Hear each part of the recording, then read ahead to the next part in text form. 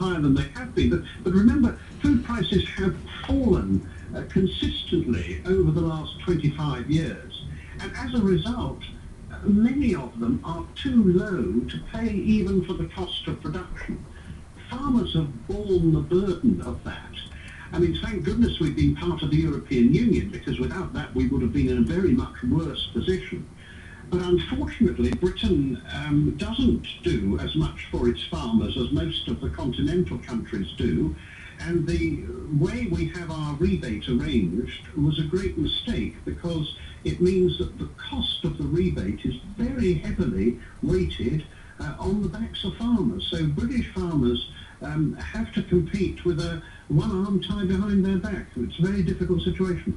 Thank you very much for joining us. It's going to be an interesting day as well. And if you want to book in, you can go along to the website for the Suffolk Show, suffolkshow.co.uk Spring Conference. There is a phone number I'm going to give you in just a minute or two. It costs you, I think, £35 for the day if you want to go along. More details, 01473 707 118, 01473 707 118, and it starts at 1:30, goes through till about 5:15.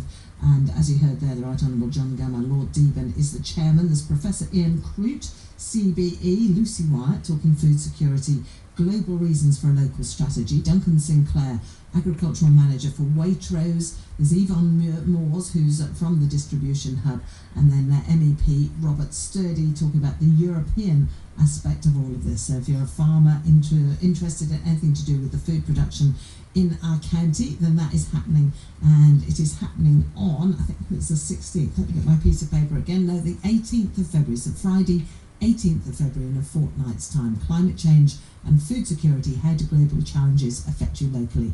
That's the Suffolk Agricultural Association's regional conference, and a big thank you to Lord Deben for joining us. I think he was on the train, probably travelling somewhere or other.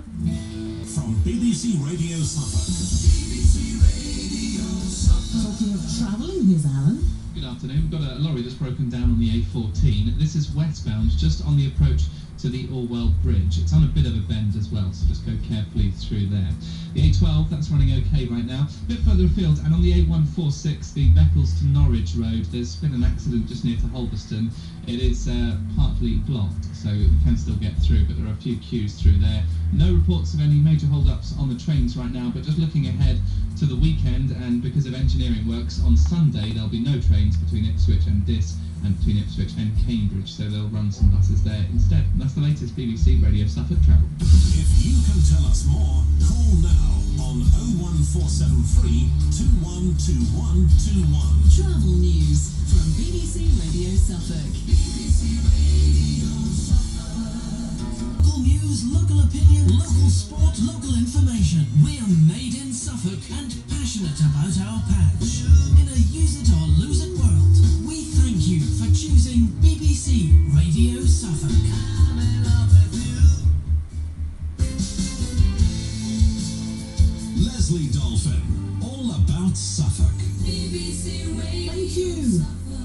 We've got lots more listeners on an afternoon as well. We were sort of looking earlier on. We haven't counted them all up exactly, but I tell you what, why don't you just nudge someone that you know that doesn't listen to us as well and say, go on, listen to that Dolphin in the afternoons, because they do all sorts of fascinating things about Suffolk. And today we are